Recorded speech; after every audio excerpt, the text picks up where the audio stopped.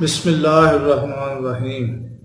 السلام علیکم ورحمۃ اللہ وبرکاتہ۔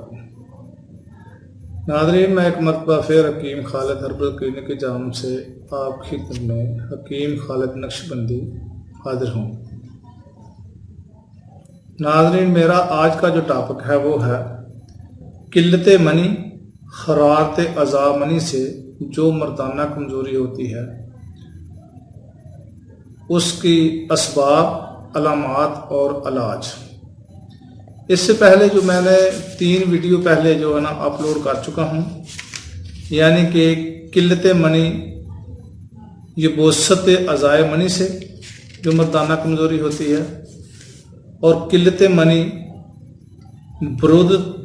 برودت اعضاء منی سے جو مردانہ کمزوری ہوتی ہے، یعنی کہ جب منی جو بنانے والے اعضاء ہے جب اس میں سردی آ جاتی ہے تو پھر بھی وہ جو منی ہے کم بنتی ہے۔ اور آج کا جو ٹاپک ہے، جب وہ اعضاء جو منی پیدا کرتے ہیں ان میں گرمی آ جاتی ہے، حرارت بڑھ جاتی ہے، تو اس کے بارے میں آج آپ کو میں بتاؤں گا کہ اس کے اسباب کیا ہیں، اس کی علامات کیا ہیں اور اس کا علاج کیا ہے۔ تو ناظرین دیکھیں یہ کہ بیماری ایک ہی ہے، مردانہ کمزوری ہے، لیکن اس کی تشخیص ضروری ہے کہ اس کو مردانہ کمزوری ہے کہ اس وجہ سے۔ فرض کریں کہ آج کی جو میری ویڈیو ہے اس میں ہے کہ گرمی کی وجہ سے جو مردانہ کمزوری ہوئی ہے، اگر ہم مزید اس کو اور حرارت دیں گے تو مزید پہلے ہی اس کو گرمی اس کے اندر بہت زیادہ ہے، اس کے اعضاء میں گرمی ہے، تو مزید ہم اس کو اور گرم دوائیں دیں گے تو اس کا کیا حال ہوگا؟ اس کو مردانہ کمزوری کا آرام آئے گا یا اس کی مرض بڑھے گی؟ تو اس لیے میں بار بار آپ لوگوں کو یہ تنبیہ کرتا ہوں، گزارش کرتا ہوں، اپیل کرتا ہوں کہ اپنی مرض کی تشخیص ضرور کرائیں۔ یہ نہیں ہے کہ مرض ایک ہی ہے، اس کی علامات الگ الگ ہیں، اس کی وجوہات الگ الگ ہیں، اس کے اسباب الگ الگ ہیں، اور نسخہ جو ہے وہ ایک ہی دیا جا رہا ہے۔ اب سردی کی وجہ سے جو ان کو مردانہ کمزوری ہوئی ہے اس کو بھی وہی نسخہ، جس کو گرمی کی وجہ سے ہوئی ہے اس کو بھی وہی نسخہ، اور جس کو خشکی کی وجہ سے ہوئی ہے وہی نسخہ، ایسے نہیں ہوتا، ایسے تو اس کو کبھی بھی آرام نہیں آئے گا۔ وہ نسخہ اگر اس مرض کے لیے دیا گیا ہے جس کو، تو اس کو تو آرام آ جائے گا، باقی حضرات کو نہیں آئے گا۔ تو میری آپ لوگوں سے گزارش ہے، اپیل ہے کہ اپنے مرض کی تشخیص ضرور کرائیں۔ تشخیص کے مطابق اگر آپ کا علاج ہوگا تو علاج بھی کامیاب ہوگا اور آپ کو اس کا افاقہ بھی ہوگا۔ تو آتے ہیں ویڈیو کی طرف کہ جب اعضاء منویہ میں حرارت متواتر اثر کرتی ہے، یعنی کہ گرمی متواتر رہتی ہے، تو آخر کار اعضاء مشتعل، یعنی کہ اس میں انتشار بہت زیادہ پیدا ہو جاتا ہے اور اعتدالی کیفیت جاتی رہتی ہے۔ اس کے اسباب کیا ہیں؟ اعضاء منویہ میں گرمی کی زیادتی سے مادہ تولید میں کمی اور حرارت آ جاتی ہے، یعنی کہ وہ اعضاء جو کہ مادہ پیدا کرتے ہیں جب اس میں حد سے زیادہ گرمی آ جاتی ہے، گرم ہو جاتی ہے، تو پھر وہ مادہ بہت کم اعضاء بناتے ہیں، اور جب کم اس کا مادہ کم ہوگا تو پھر اس کو مردانہ کمزوری کی شکایت ہونا شروع ہو جائے گی۔ اور اس کی علامات کیا ہیں؟ مادہ رقیق یا غلیظ، زردی مائل، سوزش کے ساتھ خارج ہوگا، صورت انزال ہوگا، خصیوں کی رگیں بڑی اور قضیب کی رگیں ابھر آئیں گی۔ یہ اس کی مین علامات ہیں۔ اگر تو یہ علامات ہیں جن حضرات کو، تو وہ جو میں آج آپ کو نسخہ جات بتاؤں گا وہ استعمال کریں تو انشاءاللہ تعالیٰ ان حضرات کو ضرور فائدہ ہوگا۔ سب سے پہلے تو اس کے علاج کا اصول جو ہے وہ یہ ہے کہ سرد اشیاء بیرونی اور اندرونی طور پر استعمال کرائیں۔ گرم چیز جو بھی آپ دیں گے اس کو اس کا نقصان ہی ہوگا، نہ کہ اس کو فائدہ ہوگا۔ نمبر سب سے پہلے جو 1 نمبر میں آپ کو نسخہ بتاؤں گا وہ یہ ہے کہ جوانسا کا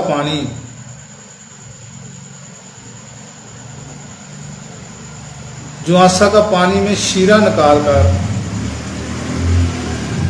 شربت نیلوفر میں ملا کر صبح شام دیں۔ جو جوانسا ہے یہ پنساری کی دکان سے آپ کو مل جائے گا، اس کا شیرہ نکالنا ہے اور اس کو شربت نیلوفر، آج کل اس کا موسم بھی ہے، یہ ندی نالوں میں تالابوں میں یہ بہت زیادہ ہوتا ہے نیلوفر، جس کو پنجابی میں ناپے بھی کہتے ہیں، کمیاں بھی کہتے ہیں۔ تو یہ سفید رنگ کے پھول ہوتے ہیں، ایسا آج کل کھلے ہوتے ہیں برسات کے موسم میں، تو وہ آپ کو مفت میں مل جائیں گے، اگر نہیں تو بازار سے بھی اتنے مہنگے نہیں ہیں۔ تو جوانسا کا آپ نے شیرہ نکالنا ہے اور شربت نیلوفر میں ملا کر اس کو پلانا ہے، یعنی کہ جوانسے کا شیرہ جو ہے 1 تولہ لینا ہے اور جو شربت نیلوفر ہے وہ 2 تولے لینا ہے۔ اور اس کے بعد دوسرا جو نسخہ ہے، مغز، تخم، کنول گٹا،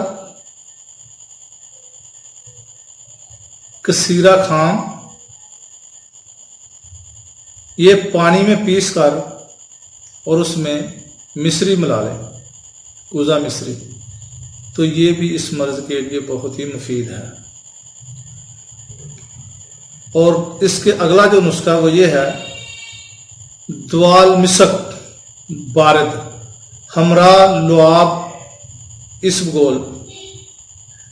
شیرہ تخم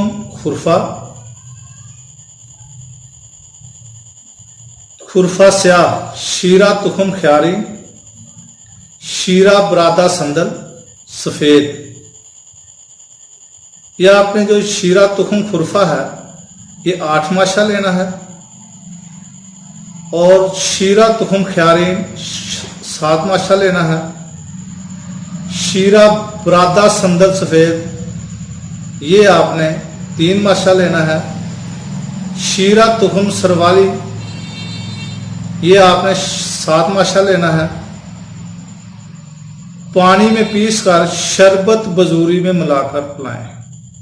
یہ بھی اس مرض کے لیے بہت ہی مفید ہے۔ اور اس کے بعد اگلا جو نسخہ ہے وہ یہ ہے، پوست درخت پیپل، پوست درخت پیپل یعنی کہ درخت جو پیپل ہے اس کا اوپر والا چھلکا آپ نے لینا ہے 4 ماشے، تخم سروالی 7 ماشا، رات کو مٹی کے برتن میں ڈال کر نصف سیر پانی ڈال دیں اور رات کو شبنم میں رکھ دیں، صبح کو چھان کر شربت بزوری ملا کر پلائیں، تو یہ بھی اس مرض کے لیے بہت ہی مفید ہے۔ اور اس کے بعد جو اگلا نسخہ ہے وہ یہ ہے، مغز تخم تمر ہندی یعنی کہ املی کے جو بیج ہے چھلے ہوئے، اوپر کا چھلکا، ایک تو بڑی املی ہوتی ہے جس طرح کے بٹن ہوتے ہیں اس طرح کی ہوتی ہے، وہ ایک چھوٹی املی ہوتی ہے، وہ نہیں، وہ بڑے تخم جیسے ہوتے ہیں نا، جیسے بٹن ہوتے ہیں، وہ آپ نے مغز لینے ہیں اور اوپر سے جو اس کا چھلکا ہے وہ بھی اتار لینا ہے، صرف مغز آپ نے لینا، جیسے مونگ پھلی کا مغز نکلتا ہے نا، بادام کا مغز، اسی قسم کا وہ بھی نکلے گا، وہ آپ نے لینا ہے۔ اور اس کے بعد برادہ سندل سفید، تخم سروالی، رال سفید اور سفید چینی، یہ آپ نے برابر وزن لینی ہے۔ نمبر پھر ایک دفعہ سن لیں، املی کے تخم یعنی کہ مغز، برادہ سندل سفید، تخم سروالی، رال سفید اور سفید چینی، ہم وزن لے کر اس کو سفوف بنا لیں، کوٹ پیس کر چھان کر کسی کپڑے سے کپڑ چھان کر لیں اور اس کو کسی شیشی میں بند کر دیں، اور اس کی خوراک جو ہے تازہ دودھ کے ساتھ صبح و شام آدھا تولہ سفوف مریض کو دے دیا کریں، تو یہ بھی اس مرض کے لیے بہت ہی مفید ہے۔ اس کے بعد اگلا نسخہ جو ہے وہ یہ ہے، بے دانہ، تخم ریحان، ہر دو کا علیحدہ علیحدہ آپ نکالیں، یہ برابر وزن لینا ہے دونوں کا، بیعتان اور تخم ریحان کو، اس کا علیحدہ علیحدہ آپ نکالیں اور مصری ڈال کر صبح و شام پئیں۔ اگر سردی کا زمانہ ہو تو گھی 1 پان سے 10 کار اس میں ملا کر پئیں۔ اور جو اس کے بعد اگلا نسخہ ہے وہ یہ ہے جو اس مرض میں بہت ہی مفید ہے، کافور، برادہ سندل، یعنی کہ سفید سندل جو ہے، آب گلو، تازہ گلو آپ نے لینی ہے، اس کا پانی نکالنا ہے، یعنی کہ یہ دن میں 3 بار اس کو کھرل کر کے پئیں۔ دونوں چیزیں آب گلو میں آپ نے اس کو پیسنا ہے، کافور اور برادہ سندل سفید کو، یہ برابر وزن دونوں لے لیں اور اس کو جتنا بھی آپ وقت ضرورت حسب ضرورت آپ نے گلو کا پانی لینا ہے اور اس میں اس کو رگڑ پیس کر، جیسے کہ باداموں کی بناتے ہیں نا سردائی، اس طرح سردائی بنا کر آپ نے دن میں 3 مرتبہ اس کو پینا ہے اور 3 دن تک اس کو لگاتار پئیں، یا اس کو اتنا پیسیں کہ اس کے چنے برابر اس کی گولیاں بنا لیں، یا اس کے بعد کیا کرنا کہ اس کا پھر جوہر بھی اڑا سکتے ہیں آپ، اور 1 رتی